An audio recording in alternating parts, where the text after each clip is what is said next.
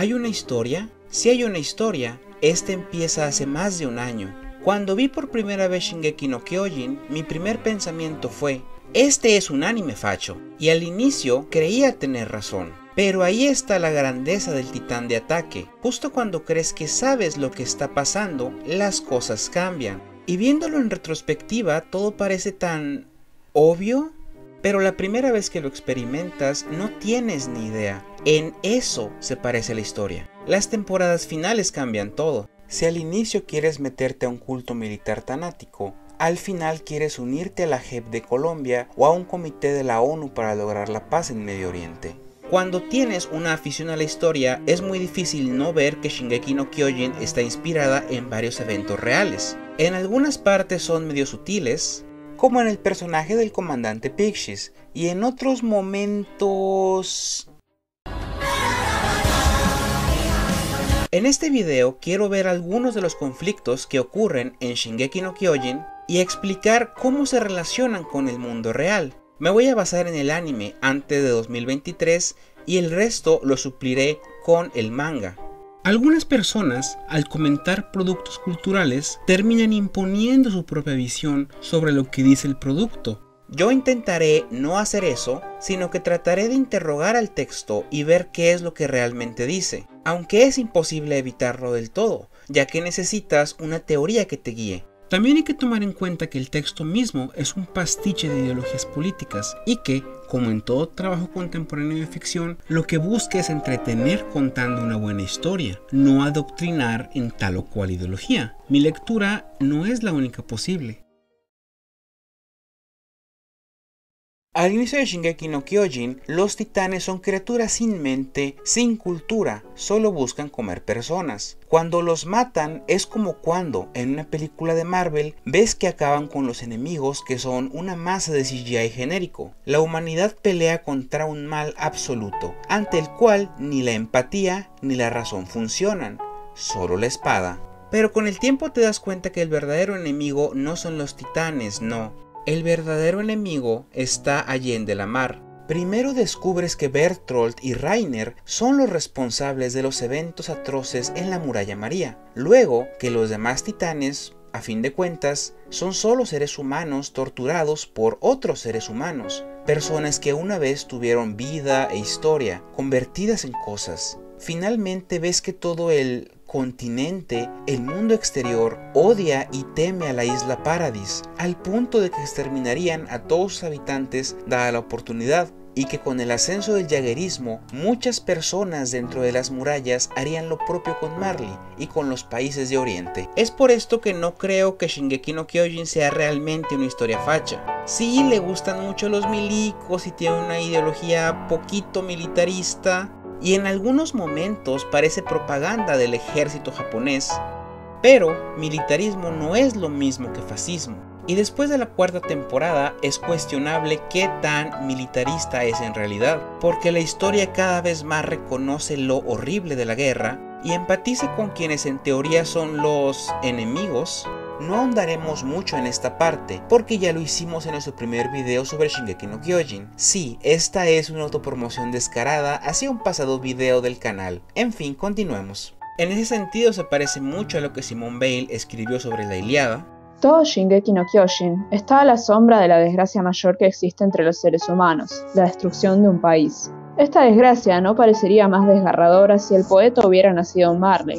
Pero no es diferente el tono cuando se trata de los eldianos que perecen lejos de Paradis. La ligereza de los que manejan sin respeto a los hombres y las cosas que tienen o creen tener a su merced, la desesperación que obliga al soldado a destruir, el aplastamiento del esclavo y del vencido, las masacres, todo contribuye a dibujar un cuadro uniforme de horror. La fuerza es el único héroe.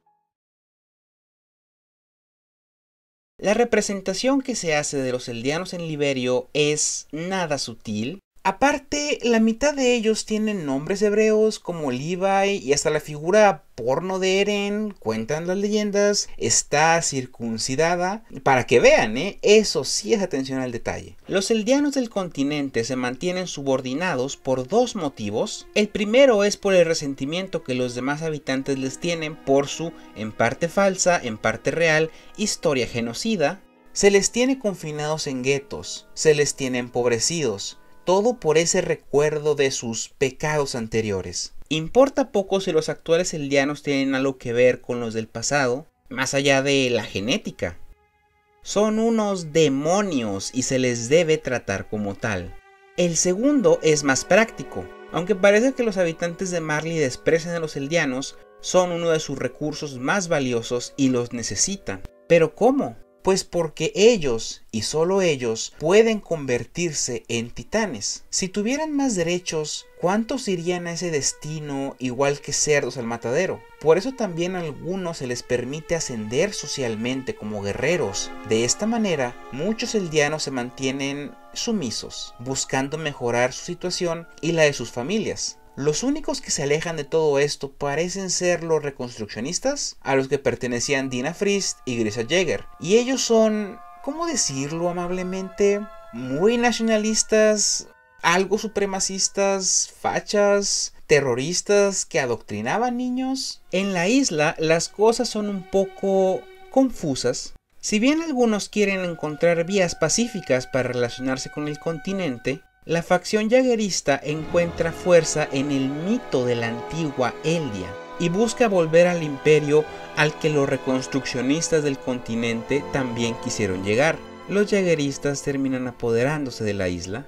Aunque suponemos que los protagonistas, incluyendo por supuesto Historia, y muchos servidores públicos y militares que todavía mantenían la cabeza intentaron detenerles, eso a largo plazo pues no pudo impedir una guerra en Paradis, como nos muestra esta imagen del último número, en la que bombardean un lugar cercano al árbol de Eren. La dualidad eldiana, el ser primero considerados la escoria del mundo para luego, en cuanto obtienen poder, volcarse al imperialismo, es sobre la que también está construido cierto estado en el levante mediterráneo, y cuyo grupo étnico mayoritario es parte de la inspiración para los eldianos de Shingeki no Kyojin. Pero no creo que sea la única. A lo largo de la historia se nos presenta un dilema: ¿qué hacer con los descendientes de quienes nos hicieron daño? Aun si ellos, como individuos, no tomaron parte en las atrocidades del pasado. Este es un dilema que se queda siempre cuando se quiere finalizar un conflicto.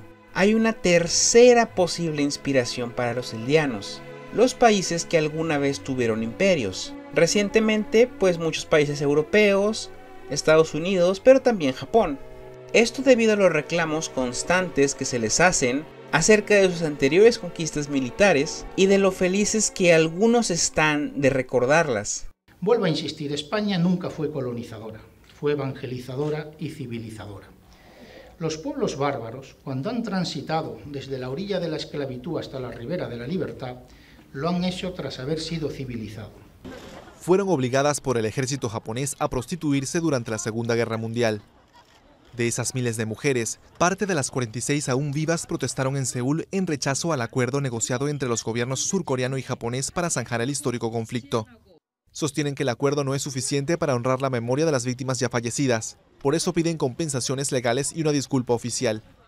En el mundo real, los estados con pasado, y presente a veces, imperialista, no actúan de forma muy diferente. Y no es algo que me invente yo. Lo difícil es no darse cuenta. ¿Es posible la reconciliación? ¿La paz? ¡No! Esta no es una conferencia mundial hippie para que me salgan con sus mamaditas de amor y paz.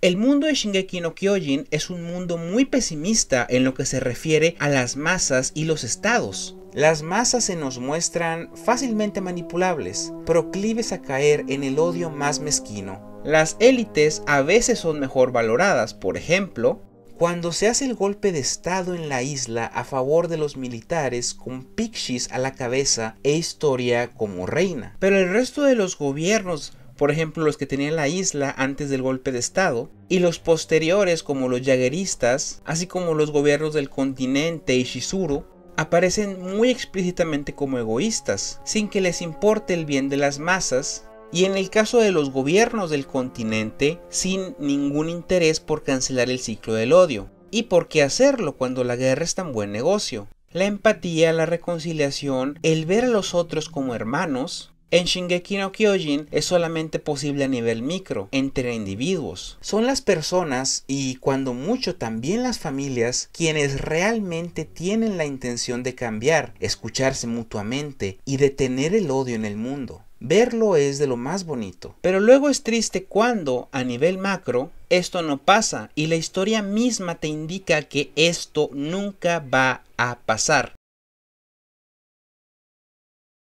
Usualmente los análisis que he visto se enfocan en que Eren quiere proteger a sus amigos o que quiere ser libre, bla bla bla bla bla. Cosas que, aunque parcialmente ciertas, no enfocan el fenómeno en su totalidad.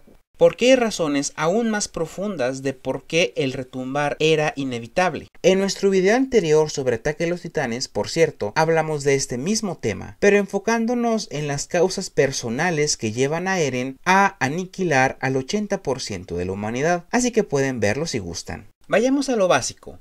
Los titanes colosales son una metáfora de la bomba nuclear. Esto se ve directamente cuando Armin ataca el puerto de Marley.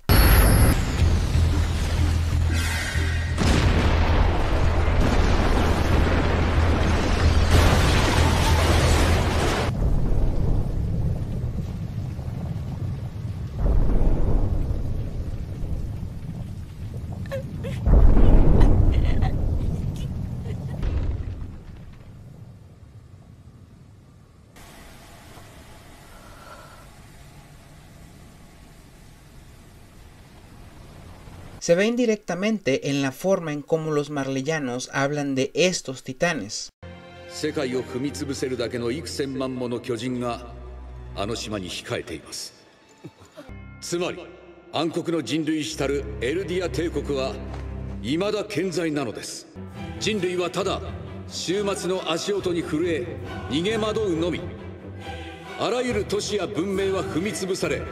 ¿Por qué no hemos visto una guerra nuclear a gran escala?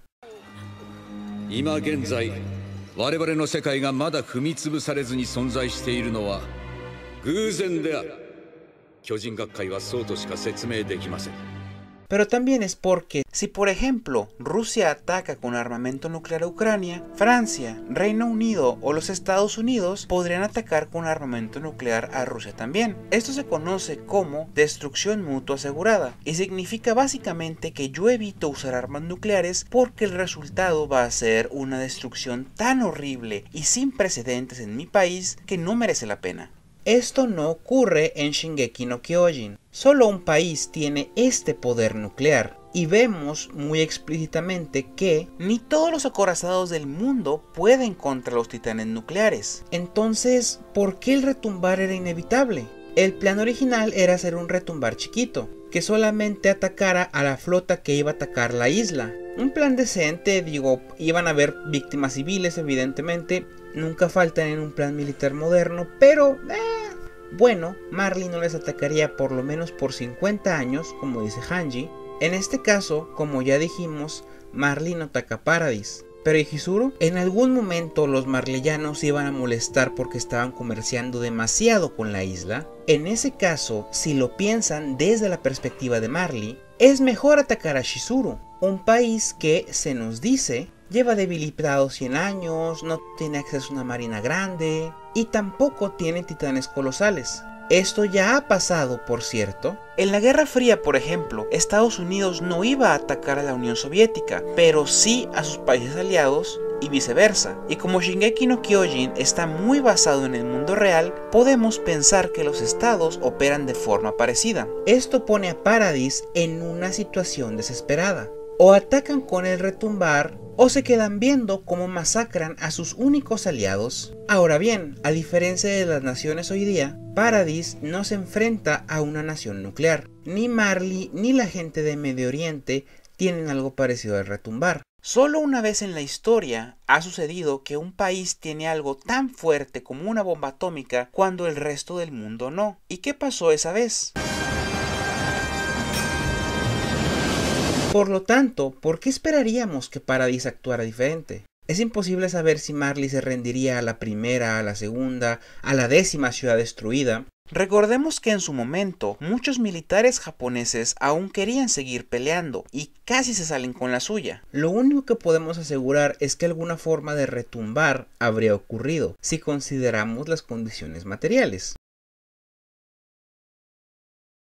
Algunos fans se quejaron del final de Shingeki no Kyojin, pero eso es porque son unos nacos y estúpidos. El final tiene perfecto sentido. Cuando Eren se descubre como un urgido que no quiere dejar a Mikasa, aun si la va a obligar a que le corte la cabeza, actúa de acuerdo a su personaje. Mikasa ya lo dijo, Eren no cambia. Pero también se quejaron por otra cosa. Una de las últimas imágenes del manga es esta. Muchos años después del retumbar, la guerra existe ahí mismo. Quizás fueron 50 o 100, no se dice exactamente cuánto tiempo pasó. Por la forma de los aviones y de las armas antiaéreas, parecen que son del 2000 para adelante si consideramos nuestro mundo. Sin embargo, en el texto no hay ninguna indicación de cuánto tiempo pasó.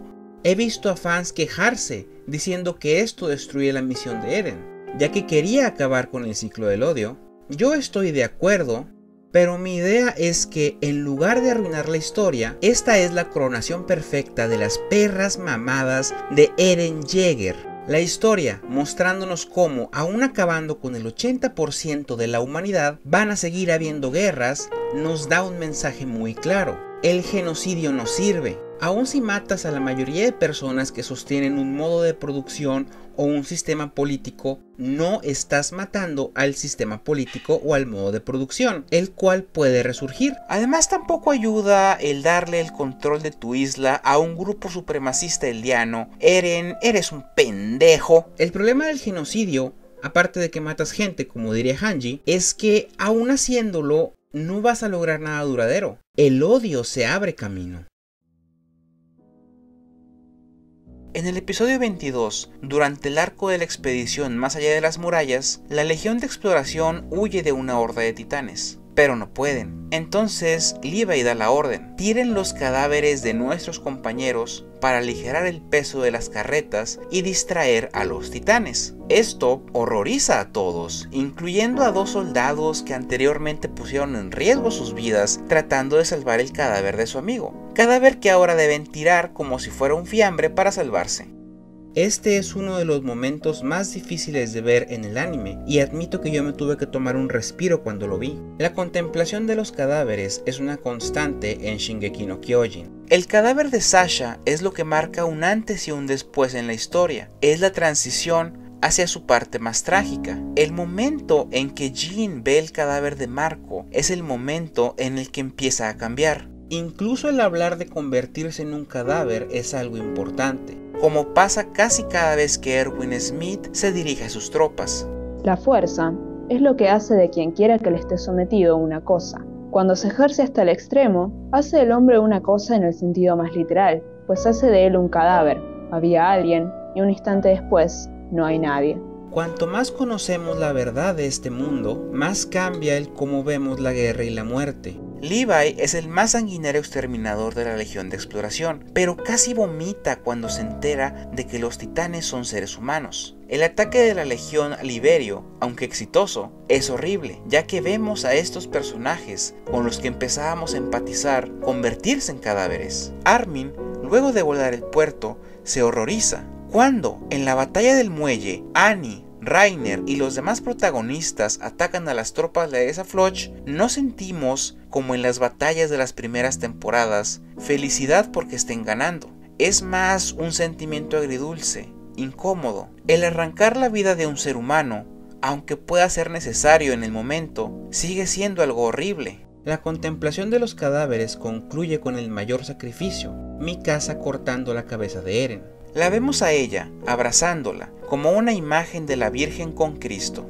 Mikasa regresa a la isla y la entierra. Años después, vemos a una niña entrando al árbol, tal y como Ymir hizo muchos años atrás. Ninguna adaptación del manga al anime es 100% fiel, pero si hay una buena idea, buena en el sentido de que funciona para la historia, hay que dejarla.